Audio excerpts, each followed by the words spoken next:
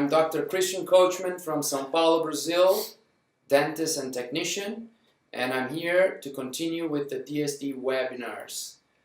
Today we're going to talk about the DSD photo video protocol. There's three main reasons why we do photography in dentistry. And it's very important to understand when you're taking photos, what is the reason why you're making that photo.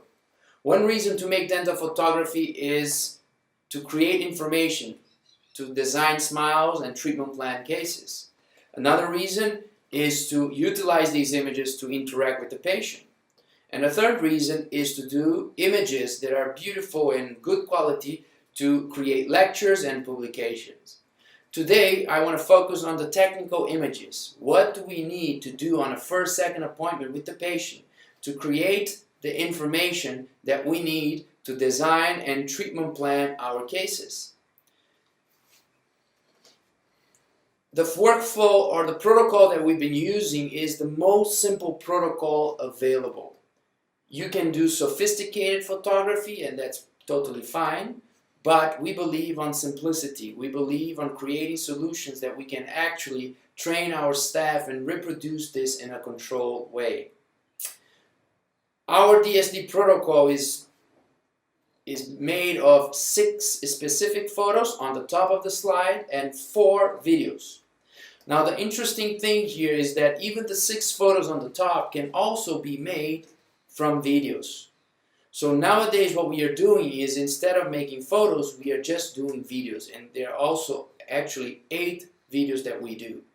And from all the videos we're going to pause them and make the photos out of the video.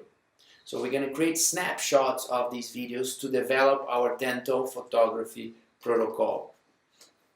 Why we do that? Because there's many advantages of doing the video, and also because when you take photos of the video, you can select the moment where you have the perfect angle to make that image. So we avoid a lot of mistakes and we save a lot of time. So let's talk about the specific 4 videos, the technical videos first. The videos that we do to create the photos that you see on the right side of the slide. As I mentioned, making videos have several advantages. Making a good quality video is easier and faster than making a good quality photo. You can create several photos from each second of a video. You can make dental facial analysis when the patient is moving, dynamic facial analysis. You can share the video with the specialists and technicians and give them a lot of information about the patient. You can become a better smile designer by analyzing the video. You can analyze phonetics, function, and the emotions of the patient through the video. You can do videos with the handycam. You can do videos with the DSLR camera. We do it with iPhones. Very simple, very easy, achieving enough quality to get the information that we need. So let me show you how we do that. The first trick is the light. We need a lot of light. The light is the key to make your phone become a good quality camera. So if you do a DSLR protocol, you need a studio, for example, to good quality light. We all know. Or twin flashes and bouncers and so on.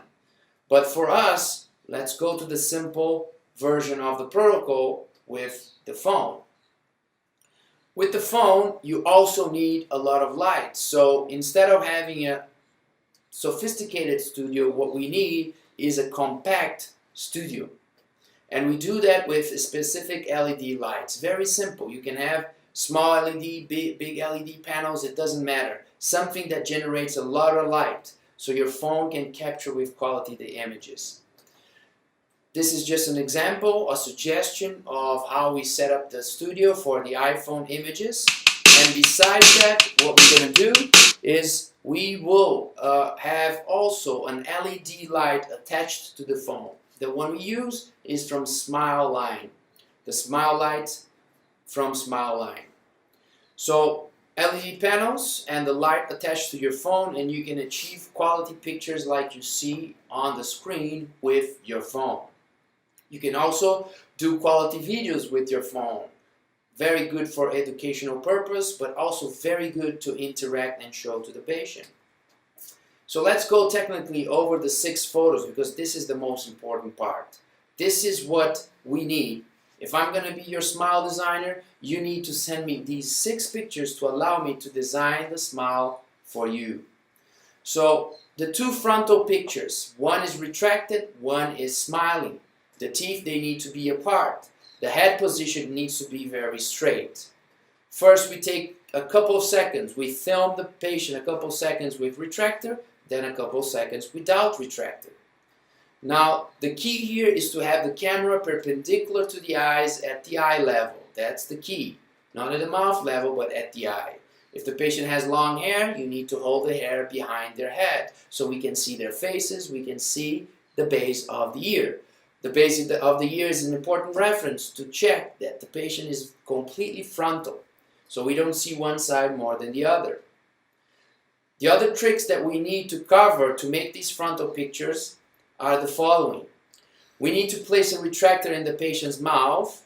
Then we need to put a jig on their molars to keep the teeth apart. That's very, very important for the digital simulation, treatment planning, and smile design process.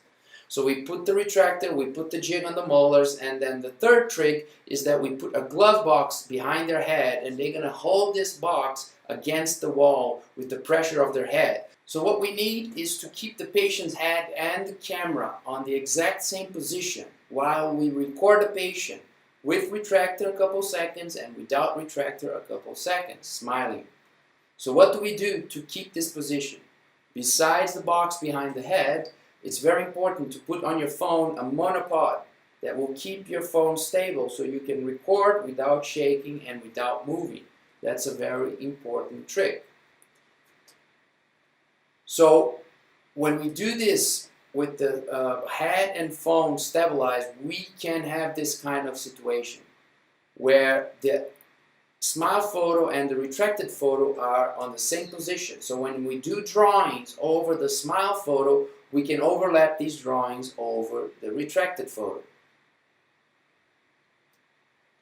So this is an example here of an iPhone video on the left and showing us recording the patient with retractor a couple seconds, and then she's going to remove the retractor. We're going to record her a couple seconds without retractor, always making sure that she's not moving, that we see both sides the same. And on the right side you have 2 pictures that were snapshots, pictures that were taken from the iPhone video. To make these snapshot photos, you don't need any kind of special software. You can do that directly on your phone, or you can do that on your laptop. When you're doing that, any kind of photo with your phone, make sure you're going to click with your finger over the teeth and hold for a couple seconds. So it's going to blink twice, and that means you just locked your phone, the focus and the light exposure, to have the best result on your teeth. This is very, very important. So you need to see that yellow sign showing that the exposure and the focus are locked over the mouth. Profile picture. Profile pictures are more simple. You don't need a jig, you don't need retractor, you just need to turn your patient sideways. Always turn the patient to his left side because this is the standard side for cephalometric analysis. And then the trick here is to make sure the patient is completely on profile. So our reference is the fulcrum. So we want to film the patient a couple seconds smiling, stretching big, and a couple seconds with the lips relaxed and slightly apart. These are the 2 images that we need. When we look at the fulcrum, we want to make sure that both are leveled. So we are completely 100% profile. You see the iPhone video on the left. You see that the patient is still closing the lips. That's not good. We need to ask the patient to relax. It's the M position. When we say M, we relax. Film a little bit, then ask the patient to stretch, big smile. Film a little bit, and then afterwards we can make the photos on the right from the video. 12 o'clock image. The 12 o'clock view, the 12 o'clock photo, a very important key image for the smile design process. There's 2 ways to do the 12 o'clock photo. On the dental chair from behind the patient, or on the regular chair with the patient in front of the patient with the patient leaning forward. It doesn't matter, both ways can work. Since all this protocol is done on a regular dental stool, we do the 12 o'clock usually also on the regular chair, not on the dental chair. So what we do, and very important here, is to have the patient facing down, elbows on his knees, and the face is facing down, but the eyes are looking up. We need to see the eyes, we need to see the whole face, the chin, the angle of the mandible, and the patient needs to stretch as much as possible so we can see the incisor edge of their teeth against the lower lip. So it's very important that the lower lip is not covering the teeth, neither away from the teeth. The lower lip is almost touching the upper teeth. That's the key here. So here is the example. We see here the video on the left, and you can see that with the phone, I don't have the pressure to click the photo at the right moment. I just film. And every time you're making the phone, it doesn't matter if it's the frontal or any kind of video, just make sure when you think you're on the good position, move a little bit to the right, to the left, up and down, allowing a couple of seconds on each view, so afterwards we can move the video forward and backwards, select the best angle, pause the video, and do the snapshot. The same thing here with the 12 o'clock photo. When we see the incisor edges of the upper teeth, we make the snapshot. Very important here on the 12 o'clock video that this photo, this image, this angle is as high as possible. Because if we come down too much, it's going to become almost a frontal photo and it doesn't make sense. So we need to go as high as possible, but of course, with the limitation of the nose, we need to see the incisor edge of the teeth. Final photo, the occlusal photo. The occlusal photo can be taken from the model or an intraoral occlusal photo. This is not just a regular occlusal photo. This is an occlusal photo for smile design. And for that purpose, the most important thing is that this image is completely perpendicular to the arch, to the occlusal plane. So we need to do this photo without the mirror. That's very important.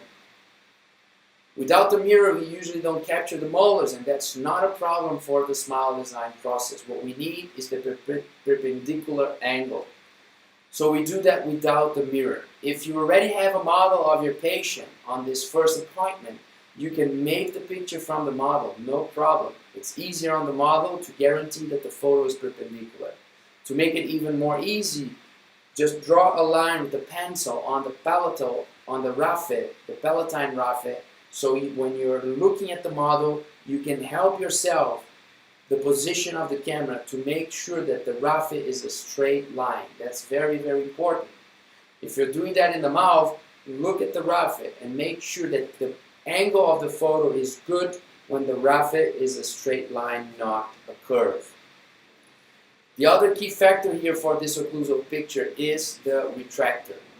So the best retractor to make occlusal shots is the adapted retractor that we see here on the screen.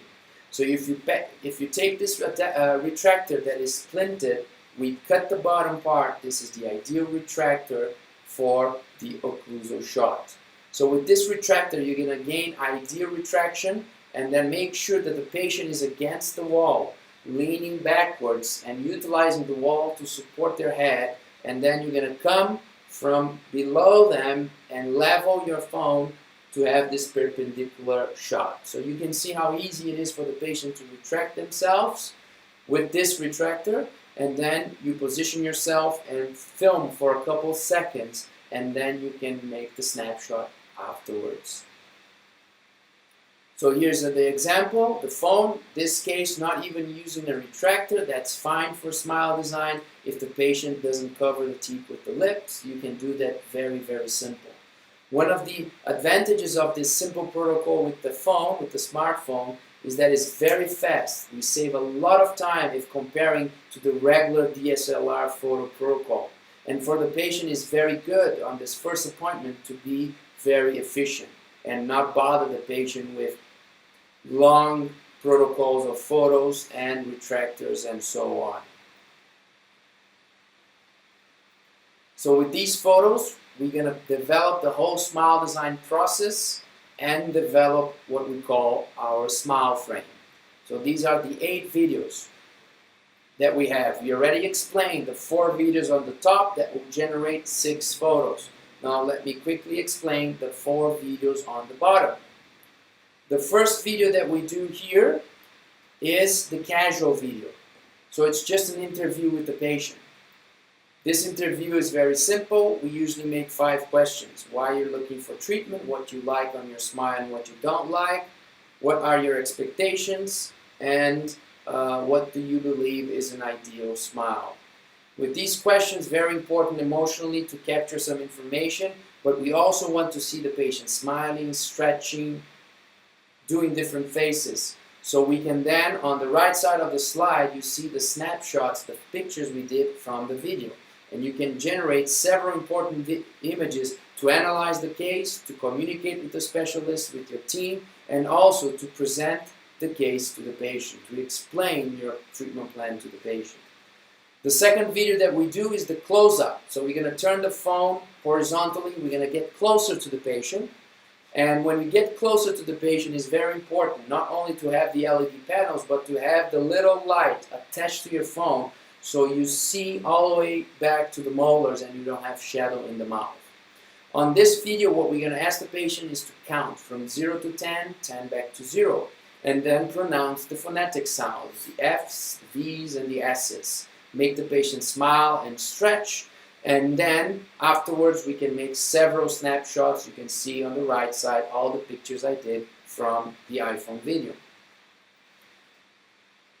The third video here that you see is what we call the functional video. So we place the retractor in the patient's mouth. The patient is going to hold the retractor himself, and we're going to ask the patient to chew, pretend he's chewing, to bite, and to move his mandible, to reproduce the excursive occlusal movements. So we can film the patient while the patient is doing protrusive movements, canine guidance, lateral protrusion, one side, working side, and non-working side. We can film that with the phone. And then we can capture all the images on the right side from the video. So you can see how nice are the functional video photos that I'm making from the video. And we can save a lot of time instead of having to capture these moments, important moments like an interference moment with the camera. We can then find that moment on the video, pause, and create the photo. And create a very complete occlusal or functional photo protocol from the video. The last video that we do is the structural video, where the patient is just going to open the mouth big, and we're going to film occlusal arch and lower arch, as upper arch and lower arch, just to see the structures, to present to the patient, to analyze the case, and treatment plan the case. The same way, we can pause, we can make snapshots of this video, and we can even make photos of the photo. And then you can see here that the quality is still enough for us to design, plan, present the case to the patient, and perform good quality dentistry through this very simple protocol. So with this in mind, I finished the protocol. Just keep in mind these 8 videos, and I hope you enjoyed this simple protocol. Thank you very much, and I hope to see you on the next DSD webinar.